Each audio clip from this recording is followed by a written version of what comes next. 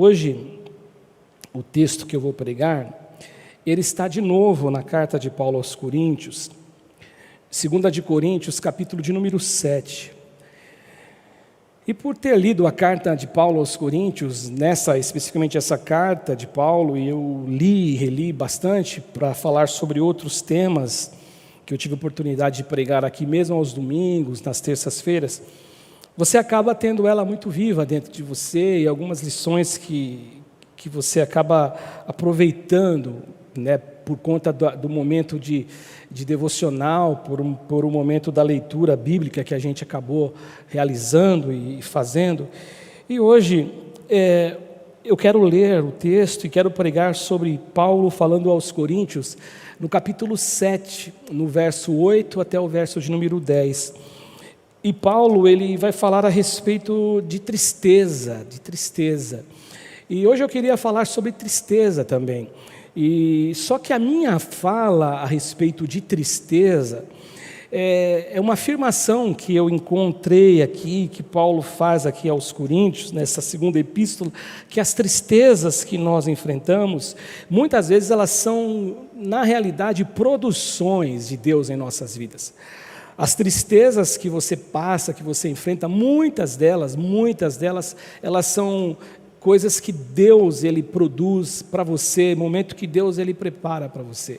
E é isso que eu quero falar nesta manhã, na manhã de hoje. E o texto no verso 8, ele fala assim até o verso 10, de 2 Coríntios capítulo 7.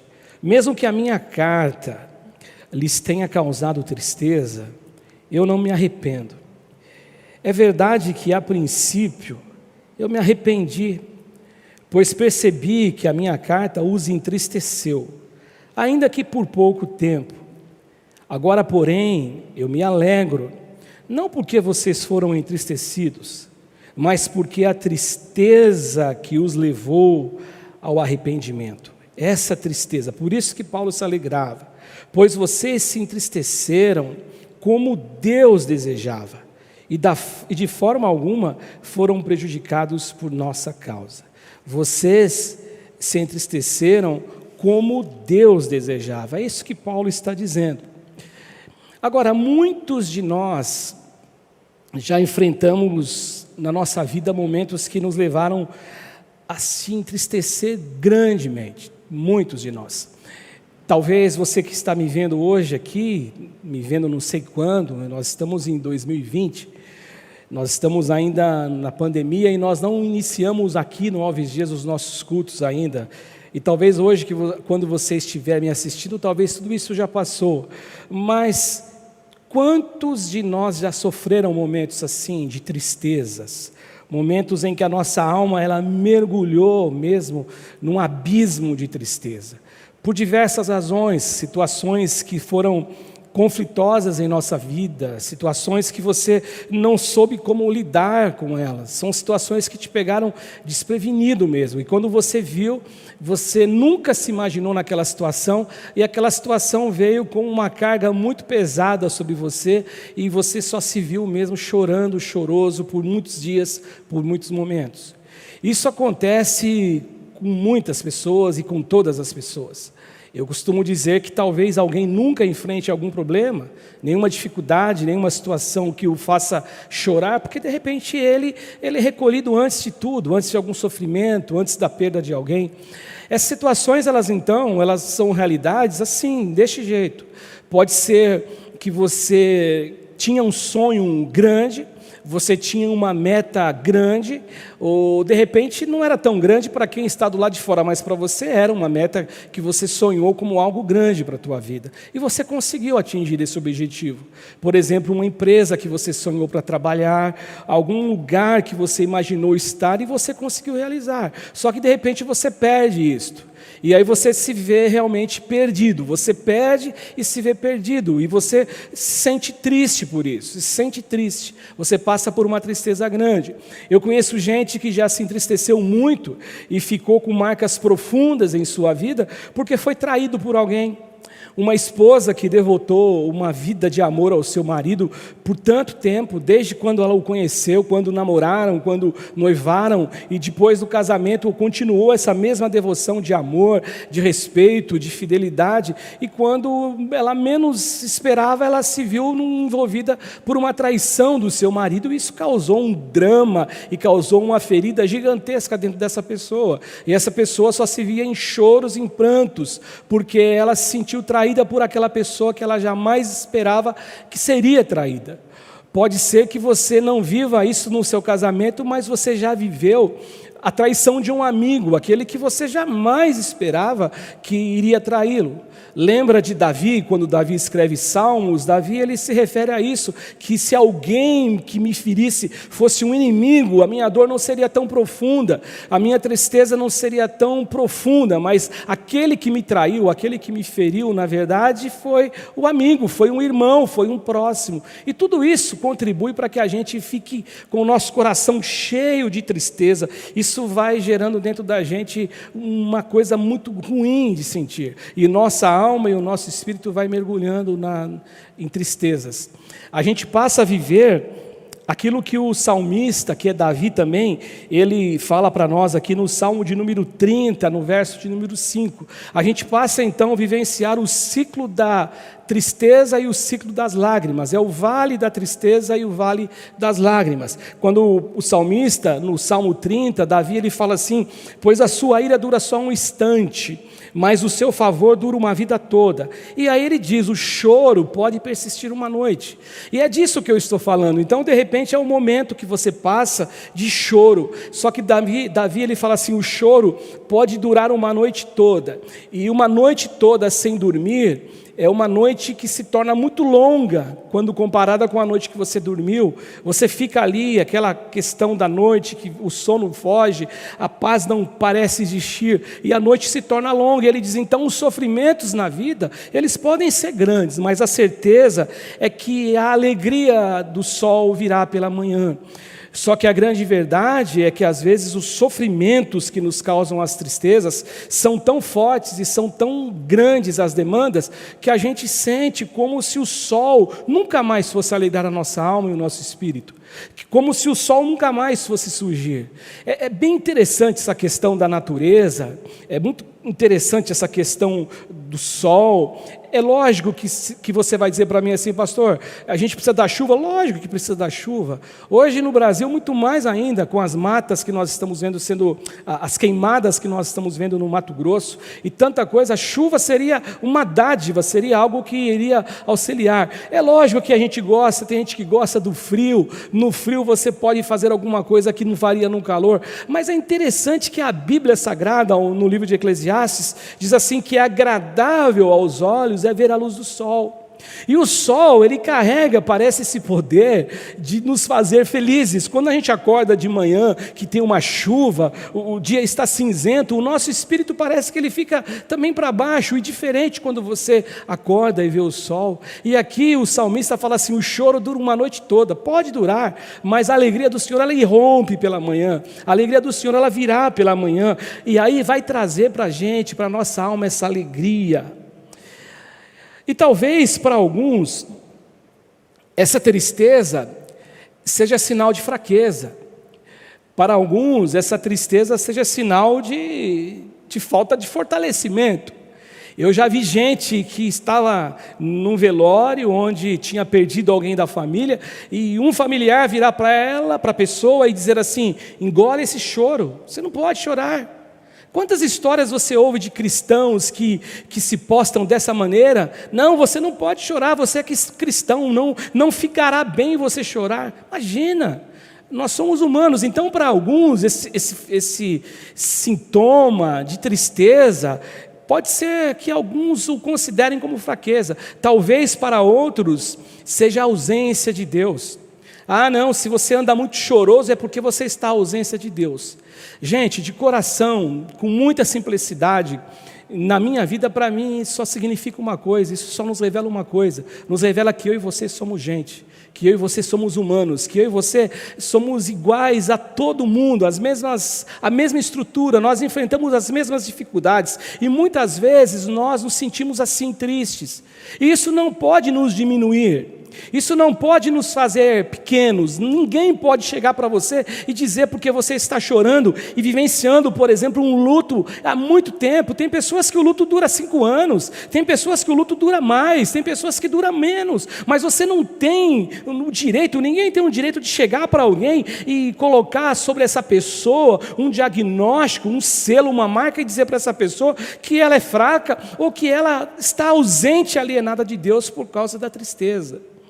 Jesus foi o nosso exemplo maior, e quando eu olho para Jesus, em algumas passagens da vida de Jesus, eu encontro um Jesus triste, um Jesus que se entristeceu, um Jesus que chorou. E por exemplo, lá em Jerusalém, quando Jesus chega em Jerusalém, no capítulo 11 do evangelista Lucas, nos versos 41 até o 44, o texto sagrado nos revela que quando ele se aproxima e viu a cidade de Jerusalém, Jesus chorou.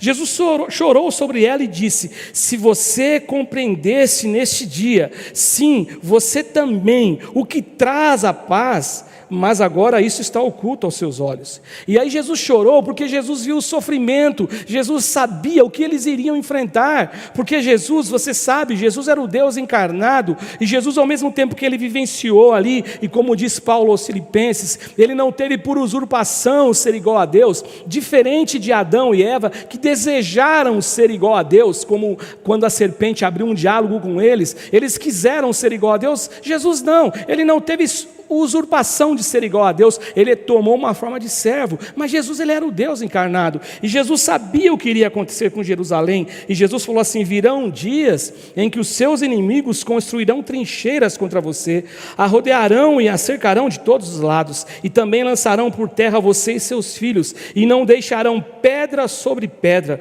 porque você não reconheceu a oportunidade que Deus lhe concedeu. Outra oportunidade, Jesus, ele chorou quando ele estava em Betânia, quando ele ficou sabendo da morte do seu amigo Lázaro e foi até Betânia, e quando ele chega lá na cidade, Maria chora, e aqueles que estavam junto com Maria também choram, e Jesus agitou-se em seu espírito. É isso que diz o Evangelho de Lucas, no capítulo 11, no verso 33 ao 37, quando Jesus vê Maria chorando, e os judeus que a acompanhavam, Jesus já agitou-se no espírito e perturbou-se. E Jesus perguntou: onde colocaram? Perguntou ele. E aí eles disseram: vem e vê, Senhor. E responderam eles, vem e vê, Senhor. E Jesus chorou. Então os judeus disseram: vejam como ele o amava. Mas alguns deles disseram: ele que abriu os olhos do cego não poderia ter impedido que este homem morresse? Ou seja, Jesus está vivendo uma cena onde alguns elogiam eles e ele diz assim: olha como ele amava Lázaro, e outros estão por conta de um sofrimento o criticando. Ele poderia ter evitado isto, ele poderia ter deixado ele vivo, não deixado que ele morresse. Jesus chorou. E uma outra ocasião, falando de Jesus, a última ocasião que eu me lembro de Jesus é quando ele sente tristeza no jardim do Getsêmani. Diz assim o texto de Mateus 26, 37 e 38, que levando consigo Pedro e os filhos de Zebedeu, ele começou a entristecer-se. Então, essa história de que nós não podemos ficar tristes, que isso denota e demonstra fraqueza ou afastamento de Deus, é uma mentira. É uma mentira, eu te falo em nome de Jesus, isso é uma mentira. Nós somos homens, nós somos humanos, nós sentimos tristezas, nós choramos sim, nós nos sentimos com medo sim, muitas vezes, nós nos sentimos pequenos muitas vezes, às vezes nós estamos bem, às vezes nós não estamos tão bem, porque nós somos humanos. Isso não nos diminuirá jamais, porque nós amamos Jesus, mas nós somos homens. Enquanto nós estivermos aqui, como foi cantado aqui pela turma do louvor, nós estamos aqui estrangeiros, estamos de passagem aqui, nós não chegamos ainda a ser o que seremos.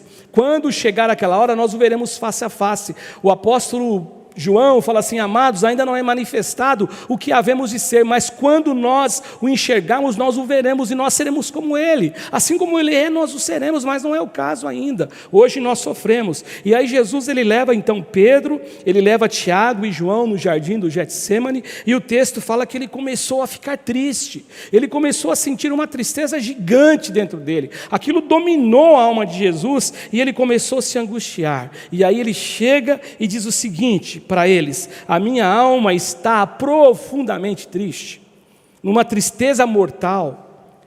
Jesus está sentindo isso. Jesus, o nosso modelo, o nosso protótipo de perfeição, Jesus, aquele a quem nós adoramos, aquele que revela quem é Deus. Deus só é revelado por meio de Jesus. Você só consegue compreender com a nossa mente limitada como Deus é em Jesus. Fora disso não tem como entendermos Deus, não existe como explicarmos Deus. E esse Deus encarnado, ele sente tristeza, e numa tristeza mortal, e ainda ele diz assim para os seus amigos: fiquem aqui e vigiem comigo, demonstrando essa necessidade de cuidado. Portanto, sentir tristezas, meus irmãos, faz parte da nossa essência humana. Eu digo assim, sentir tristeza é, na verdade, o sinal de que eu e você somos gente. Nós não somos robôs, nós não somos programados, nós temos, na verdade, um sentimento que, às vezes eu estou alegre, às vezes eu estou triste, às vezes uma coisa me abate, outra não. Agora, falando disso, eu quero falar agora da tristeza que Paulo está falando aqui no texto. Especificamente, Paulo está mostrando os benefícios que as tristezas do povo, ou a tristeza do povo de Coríntio, revelou a eles. Paulo está falando aqui dos benefícios que a tristeza desta igreja, que essa igreja sentiu, melhor dizendo, foi operado neles. Quais são os benefícios? E o primeiro benefício que Paulo vai dizer aqui, no texto que eu li no início, é que a tristeza levou esses caras a um profundo arrependimento. Esse é o primeiro benefício. Paulo vai dizer isso no verso de número 8. Então Paulo, ele vai dizer aqui, em primeiro lugar, então, que a tristeza deles, Paulo faz questão de deixar isso claro. Paulo está dizendo o seguinte: olha, a tristeza que vocês estão sentindo, a tristeza que vocês estão sendo, a tristeza que está tomando a vida de vocês, não é por minha causa. Paulo está deixando isso claro: eu não estou alegre por causa dessa tristeza de vocês. Então Paulo diz assim: olha, a tristeza que vocês estão recebendo por conta de algo que eu escrevi para vocês, que vocês estão achando que foi eu que causei em vocês, não é verdade. E Paulo vai explicar por que isso não é verdade. Por isso que o título da mensagem é tristezas que são produções de Deus em nós. Então Paulo está dizendo o seguinte: a minha alegria aqui não é por causa da tristeza de vocês, porque a tristeza de vocês mexem com o meu espírito, mexem com a minha alma. Porque, gente, a pergunta que a gente precisaria responder aqui, e a resposta ela deve ser uma resposta única: quem em sã consciência, quem que carrega dentro dele o Espírito de Jesus Cristo, quem que é um cristão verdadeiro, quem que teve um encontro com a verdade, que vai se alegrar com a tristeza do seu irmão? Eu não consigo entender isto. Já vi gente dizer assim: ah não, eu vou fazer uma oração imprecatória para que o Deus coloque as mãos lá sobre o cara lá e funile ele lá, fuzile ele. Não foi isso que Tiago e João fizeram, os filhos de Zebedeu? Quer que a gente ore e fogo dos céus desça sobre esses caras e os consuma? E aí Jesus falou: vocês não sabem que espírito são vocês. Então eu não consigo ver. E aí Paulo aqui no verso 8, ele fala exatamente isso: mesmo que a minha carta lhes tenha causado tristeza, eu não me arrependo. E olha que interessante, Paulo ele diz assim: mesmo que a minha carta lhes tenha causado tristeza, eu não me arrependo. Porque Paulo, ele tem consciência, a última lição que eu vou falar no finalzinho, quem estava causando a tristeza em Coríntios? Não era ele. Era Deus, era a produção divina. Era Deus que olhou e falou: pô, eu preciso causar alguma coisa nesses caras, porque eu os amo. E Paulo, ele fala assim: eu não me arrependo. Mas o lado humano de Paulo, ao mesmo tempo, ele demonstra aqui uma dualidade, porque ele diz o seguinte: é verdade que a princípio eu me arrependi, porque percebi que a minha carta os entristeceu.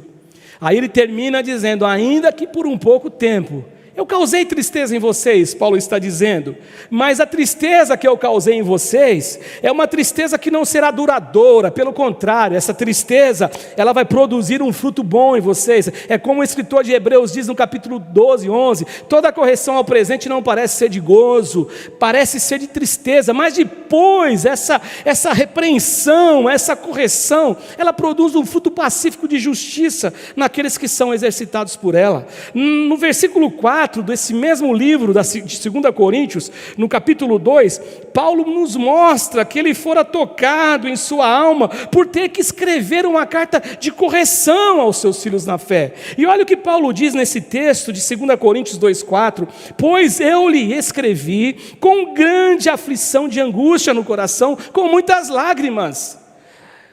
Os estudiosos dizem que era para existir uma terceira carta aos Coríntios, que essa segunda carta que Paulo faz referência, que foi uma carta dura, severa, ela se perdeu ao longo do tempo. Deus não deixou com que ela ficasse para o nosso conhecimento, para a nossa ciência. Mas Paulo fala assim: eu escrevi a vocês com muitas lágrimas, não para entristecê-los, mas para que vocês soubessem o quanto é profundo o meu amor por vocês. Ou seja, Paulo está dizendo o seguinte: quem ama, também às vezes ele causa uma certa ferida, mas é uma ferida que tem cura, é uma ferida que vai ser algo que vai ser bom para a gente, benéfico. E aí Paulo está mostrando que existia na igreja de Coríntio, Paulo sabia que existiria um efeito positivo.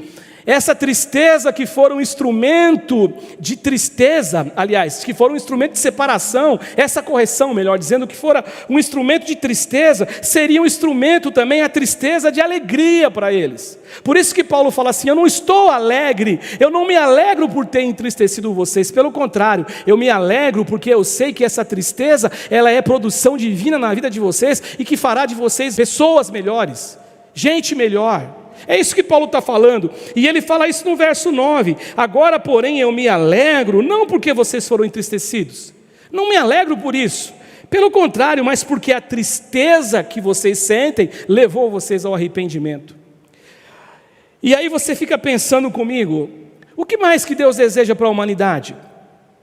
Se Deus ele tivesse, e olha que eu vou falar uma heresia aqui, depois o pessoal vai dizer: pastor, está sendo herético. Quando eu digo se Deus tivesse o poder, ele tem todo o poder, mas Deus ele não é aquele que entra chutando a porta do coração de ninguém. Deus ele nos deu o livre-arbítrio, que é um negócio bem também discutível aí entre os estudiosos da Bíblia, que alguns acham que não é, mas Deus ele deixa você escolher. Agora, se Deus ele deseja algo para o ser humano, quando diz Paulo ao escrever Timóteo que a vontade de Deus é que todos os homens se salvem, se Deus ele deseja algo para todo ser humano, é que o homem se arrependa. Quando você vê o início do ministério de Jesus Cristo na terra, ele começa ratificando aquilo que João Batista, ele começou, o primo de Jesus iniciou, aquele que era como diz o profeta Isaías, o voz que clama no deserto. João, que veio, anunciou, melhor dizendo, uma palavra, ele anunciou, a pregação de João consistiu no seguinte: está chegando o reino de Deus e vocês devem se arrepender. Quando os fariseus, quando os religiosos iam até João, ele dizia assim: quem ensinou vocês a fugirem da ira vindoura? Vocês têm que produzir frutos de arrependimento. E João os chamava de raça de víboras. E quando Jesus começa então o ministério dele, isso em Mateus 4, do 12 ao 17, diz assim que quando Jesus ouviu que João tinha sido preso, ele volta para Galiléia, ele sai de Nazaré e vai viver numa cidade de Cafarnaum, uma cidade litorânea, junto ao mar, na região de Zebulon e Naftali, para cumprir o que fora dito pelo profeta Isaías. E olha o que foi dito pelo profeta Isaías: terra de Zebulon, terra de Naftali, caminho do mar, além do Jordão, Galiléia dos gentios, o povo que vivia nas trevas viu uma grande luz, e sobre os que viviam na terra da sombra da morte raiou a luz. E daí em diante, olha o que Jesus começou a dizer e pregar: arrependam-se, pois o reino dos céus está próximo. Portanto, se Deus vai gerar tristeza em alguém, se Deus quer gerar tristeza em alguém, é para o arrependimento. E aí Paulo, ele carrega isso dentro do coração dele, e ele se alegra muito com a igreja de Coríntios. E para você ter uma ideia que Paulo, ele não ficou feliz quando ele percebeu que aquilo que ele foi, de maneira dura, a carta que ele escreveu, corrigindo os irmãos de Coríntios, causou neles uma tristeza. Paulo ficou tão preocupado, que lá em 2 Coríntios, no capítulo também, acho verso 10, em torno disso, Paulo fala assim, que Deus abriu uma porta para ele pregar o evangelho na Macedônia, mas que ele não teve tranquilidade no espírito para pregar, porque Paulo não sabia, Paulo não tinha notícias de como a igreja de Corinto estava, por conta dessa carta tão dura, por essa correção tão pesada sobre eles. E aí Paulo falou assim, até que eu encontrei com Tito, e Tito trouxe boas notícias para Paulo, Tito trouxe notícias consoladoras para Paulo. Então Paulo, ele tem agora no coração uma alegria, ele tem no coração uma tranquilidade, e Paulo, ele segue aquilo que ele conheceu quando ele se converte a Jesus.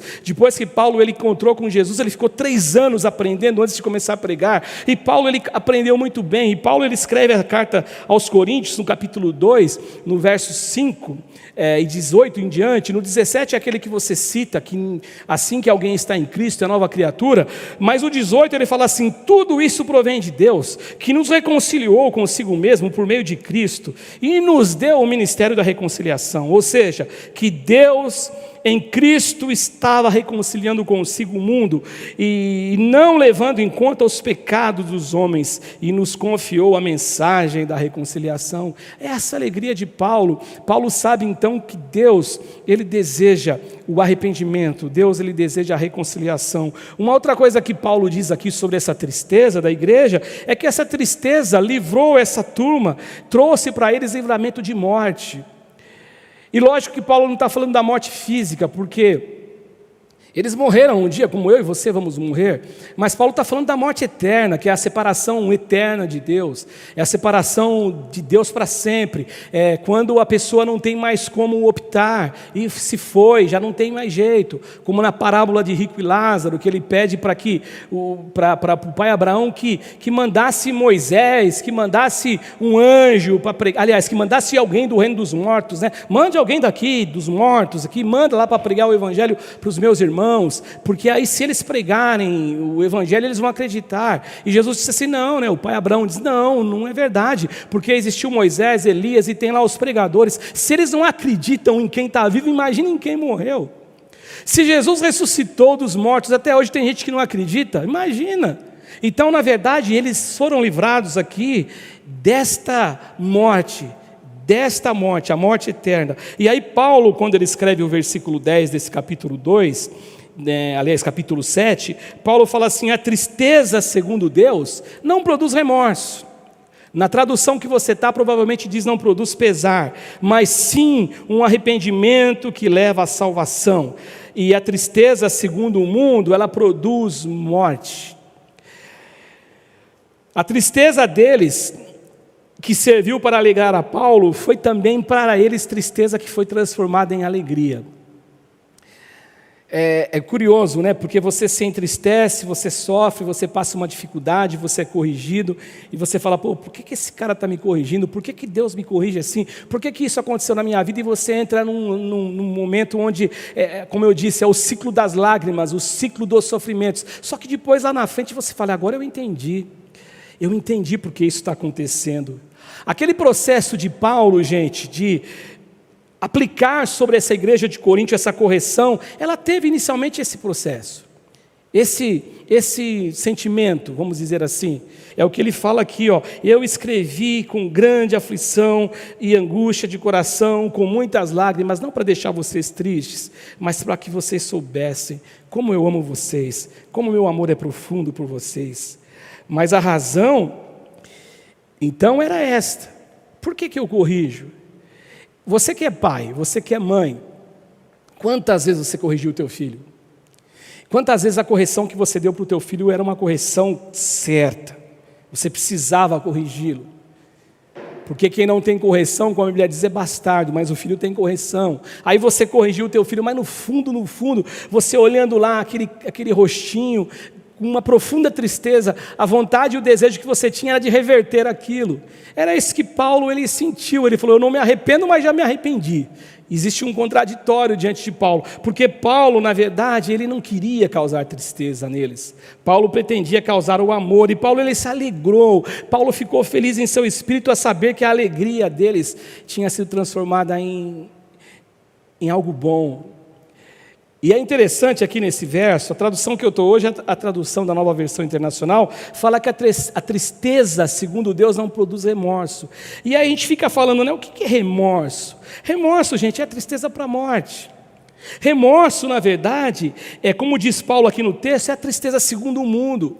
Remorso, na verdade, é a dor que a gente tem na nossa mente, é a dor psicológica de que quando nós descobrimos por nós mesmos, nós não conseguimos nada, nossa justiça própria. Remorso é justiça própria falida. Remorso é aquilo que você sente que não produz nada de bom em você, só produz em você, só demonstra que você é um cara que tem um ego acima de tudo, é um ego que você acha que você que tinha que fazer justiça, você se esquece disso. Remorso ele não liberta ninguém de nada. Remorso, na verdade, ele é um aprisionamento. Remorso é isso que Paulo está dizendo aqui. A tristeza de Deus, ela não produz remorso, ela não produz aprisionamento da vida. A tristeza de Deus, ela liberta, não é como o remorso que prende a pessoa. Agora, o arrependimento não. O arrependimento é diferente, por isso que ele está dizendo que essa tristeza foi uma produção de arrependimento. O arrependimento é metanoia. E metanoia na palavra significa mudança de comportamento, metanoia significa mudança de atitude, metanoia significa mudança de mente, metanoia significa mudar, metanoia significa assim, eu fiz isso, mas não vou fazer mais. Mas eu não vou fazer por quê? Porque na verdade existe o arrependimento, mas é de Deus. O arrependimento, quando existe, ele já vem com um pacote, ele vem com um pacote pronto, ele vem com a consolação, ele vem com o perdão. No arrependimento, que é uma produção da tristeza de Deus, já traz junto, embutido, o perdão, o consolo, a graça, a oportunidade, a misericórdia, porque vem de Deus. E quando você tem remorso, não, remorso é produção de justiça própria, remorso é aquilo que você se frustra de saber que você não consegue. Agora o arrependimento, você sabe que é uma operação da graça do Espírito Santo de Deus na vida da gente. Por isso que Paulo diz exatamente isso. A dor da metanoia, a tristeza da metanoia, ela vem carregada de perdão e de paz, pela fé que nós temos em Cristo Jesus. E Paulo também diz aqui que a tristeza que teve ação na vida deles, foi uma tristeza, eu já falei um pouquinho, operada pelo desejo de Deus. A tristeza que esses irmãos sentiram não foi uma tristeza que Paulo causou, muito embora a aparência era esta, muito embora o contexto era este, porque foi alguém que foi duro com você, foi alguém que veio e falou com você de uma maneira que você precisava ouvir. Muitas vezes, meus irmãos, a gente tem que ouvir o que nós precisamos, não o que nós queremos. Ouvir só o que nós queremos não nos faz bem, muitas vezes.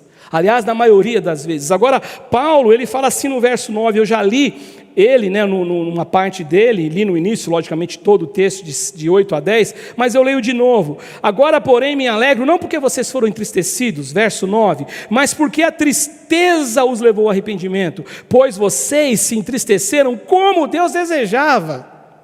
E aqui que eu acho lindo, vocês se entristeceram como Deus desejava, e de forma alguma foram prejudicados por nossa causa. Não, esse operar de tristeza, esse caminho do vale da angústia, esse caminho do vale das lágrimas, teve um direcionamento divino, era Deus que estava desejando. Aqui está a justificativa. Paulo está escrevendo a uma igreja com uma convicção enorme, com uma certeza no seu coração, de que a tristeza operada neles é uma tristeza libertadora, é uma tristeza que traz arrependimento, é uma tristeza que traz transformação, e só traz arrependimento, só traz transformação, porque ela é uma tristeza que é gerada por Deus, é desejo de Deus. A princípio você pode dizer assim, pastor, mas que estranho. É estranho mesmo, eu concordo com você que é estranho. A gente olhar para Deus como um Deus que provoca tristeza em seus filhos. Eu estou estudando para pregar na terça-feira aqui sobre demora de Deus. Terça-feira eu quero falar sobre como reagir com a demora de Deus. E vendo alguma coisa, eu descobri uma pessoa que dizia o seguinte, que a demora de Deus às vezes é para nos mostrar que Ele é livre. que Ele tem liberdade para agir. A demora de Deus, então, e abrindo um parênteses aqui, fazendo uma propaganda de terça-feira, é quando Deus mostra para você e para mim que Ele é livre para agir, Ele não é condicionado, Ele não está preso numa caixinha, Ele não está preso na oração que eu faço: Senhor, eu quero que o Senhor me abençoe, eu quero uma casa, mas a casa tem que ser assim, assado. Pode acontecer? Pode, mas não é sempre que vai acontecer. Deus tem liberdade para fazer o que Ele quer, então a demora de Deus é assim. E aí, voltando para cá, talvez você pense: poxa, pensar num Deus que causa tristeza no coração de alguém, mas se Deus, Ele vai causar a tristeza no teu coração para te tornar melhor, para te fazer mais forte, para te fazer olhar a vida com outra perspectiva, e uma perspectiva de um homem, de uma mulher de Deus, Ele o fará. Sabe por que Ele o fará? Porque Paulo, que é um homem que é falho como eu e você, diz que a carta que ele só escreveu não porque ele queria prejudicar a igreja, causar tristeza na igreja, não. Ele só a escreveu porque ele os amava. E se Paulo amava a igreja de Corinto, quanto mais Deus.